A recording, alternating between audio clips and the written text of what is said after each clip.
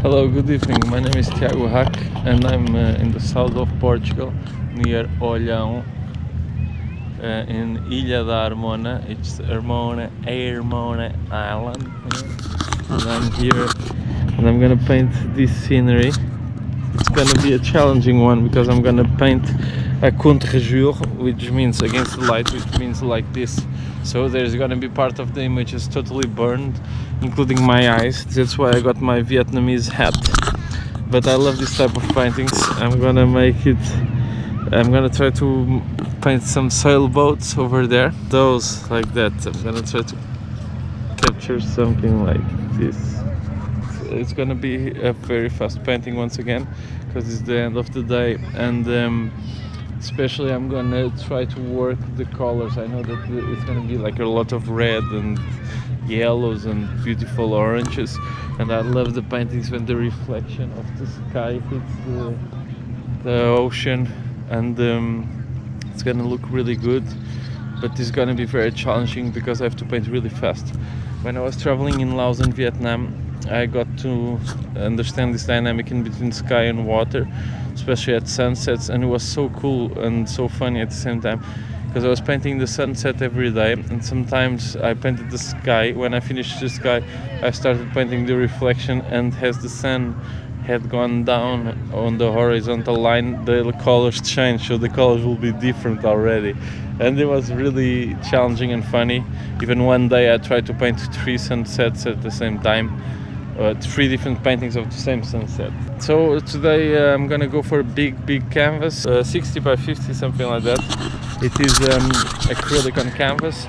I'm gonna use the same kit as I used in Jerez just before yesterday. Yeah, I was the whole yesterday traveling, and today I got to chill a bit at the beach, and now I'm ready to paint a new adventure.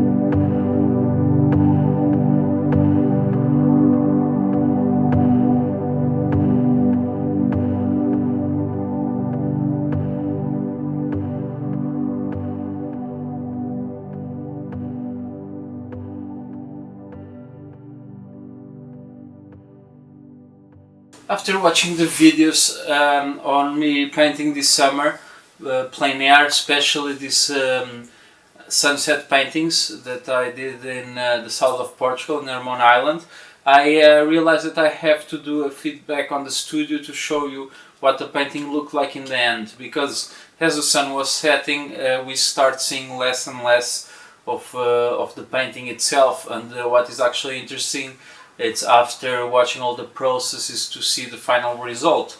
And so I'm going to run through a quick review on each painting of these 8 sunsets I painted, 8 or 9, I don't even remember. So here it's day 1. Day 1, it was a kind of surprise, it was a test day. I didn't know what I was going for, although I had already painted sunsets. We never really know what's happening and how it's going to work out, because the particularity of the sunset paintings is that the moment of painting, it has to be actually quite quick, because the sun is setting, the light is shifting on the horizon, so it starts getting darker, the angles change, and also as the sun goes down on the horizon, there's more particles in the air, so the colors start to get from yellow to orange to red to purple. Because there is more and more particles the closer we get to the ground, and those particles make this visual effect when the light of the sun passes through them, of bringing colors. That's why sunsets are so beautiful. It's actually because of the particles, and that's why they are very beautiful on when we have cities and when we have pollution around, unfortunately. So what happened here, I'm going to run you things that I like about this painting and that I can remember of the process that I painted, that it was challenging or interesting. So the first challenge was to get the perspective on the ocean. On this, it's not actually the ocean, it's where the ocean meets the river. It's kind of a estuary area in between the islands. So here, to get this part that is probably like 200 meters from the land where I'm standing, up to like 1 kilometer, maybe 2. This area has to have a different look than this area that is our foreground. And here was challenging. You can tell that there's some smudges here, and when the paint mixed over the yellow, I made the yellow bases, and then I grabbed this dark greenish blue to go over it to make the wave, this wave shadows, get the sensation of a wave, because it was windy, and this is actually the texture of the wind hitting the water. So yeah, here it got some irregularities. We could tell that the way it's mixed here, it's a bit accidental. I wasn't expecting that I would have troubles representing that part, because I was like diving into the painting without really knowing what I was going for. And that's the interesting part, how we solve problems on the go, on the spot. I also mixed some purple, and as the tide was going down, by that time there started appearing some kind of islands, some pieces of land, of sand banks, because the water in that area is very shallow. So there's with the purple, there's not much trouble. With the dark blue, it starts becoming kind of greenish when it mixes, and it's a color that wasn't there. So it appears optically because of the mix of yellow and dark blue. As I said, the dark blue I used, it's also kind of greenish, so it even pulled more in that direction. And I was like afraid of not making a realistic, representative painting of what I was seeing. This challenge, I end up facing it later and finding solutions, because I painted the sunset every day during 8 days, and that's the interesting part, is when you repeat something on a short distance from each repetition, you can actually problem solve and troubleshoot your problems and predict better how to use paint to represent parts of it later on. Another challenge was this how to make these strokes of the wind hitting the water, these small little ripples and waves, and making it look credible without making it too much of a regular pattern, without making it too artificial or too that is not representative of what I was seeing. And so I remember being here hitting this kind of waves and struggling because time was going fast, and I had to paint that before it was totally dark. And yeah, but it turned out quite good. I think we got the feeling of it. There is only actually two colors: the reflection of the sky and the cutting of the shadows of the waves with the blue. So yeah, I'm pretty happy with that. Actually, I think I solved it well. Another thing I struggled was to make the straight lines of the masts, and I found on the spot a good solution was to grab my brush like this, another brush, and to use it as a ruler almost, without touching the paint, of course, so I wouldn't damage the other thing. It worked okay. They're not totally straight, they're a bit wobbly, but it's a kind of impressionist look, and it actually works pretty well. We get the feeling of what it is. Composition wise as well, I was hoping to get 3 boats. There were 3 sailing boats there, and I could only get 2. I have this tendency to always overblow my paintings, zooming in too much, and I want a wider view, and I end up doing a more focused one. I don't know how it's a tendency I have. I don't know if any other artists struggle with that. Please let me know. Now, cool things another thing that I struggled was to make it go green, because I was seeing a bit of the sky, the blue sky, and I had to this really yellow, ochre, orangey area. So I had the struggle of blending the 2 colors and turning out green. Sometimes, I don't know if it's my eyes, but it seems that it's green.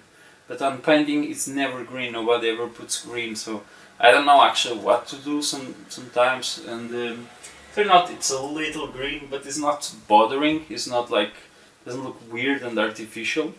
Also, I think why it could be weird and artificial is the way paint works, mixing blue and yellow. It's not the same way as the blue and yellow mixed on the sky that we see. Because paint has actually some certain types of pigment that don't mimic totally correctly reality. A thing that I think it worked very well on this painting was the boats. I was thinking that it would go that I would brighten them up too much and not give like a realistic value, you know, the in between shadows, in between dark and light, that I wouldn't assert the correct value, because once we start, we zoom in with our eyes on an object and we paint it, the value perception changes because we are focusing singly on that compared to the broader picture. So a tendency is always to brighten up too much when we are working on something on specific, and then when we zoom out, the painting is actually quite dark, and that area comparatively to the rest it should be way darker. But I think it's pretty okay. Like, the boats were white, I darkened it. I was aware of that when I was painting, so I put them really darker than my intuition, and I think it works well. We have a realistic impression. The boats don't look like they are being illuminated or by daylight and the rest by night. So yeah, I think it works pretty well. I really like this painting. It's one of my favorites of this summer, and one of the reasons I really like it, it's first of all the color. The tones are really smooth. I like this kind of soft ochre yellowish tending to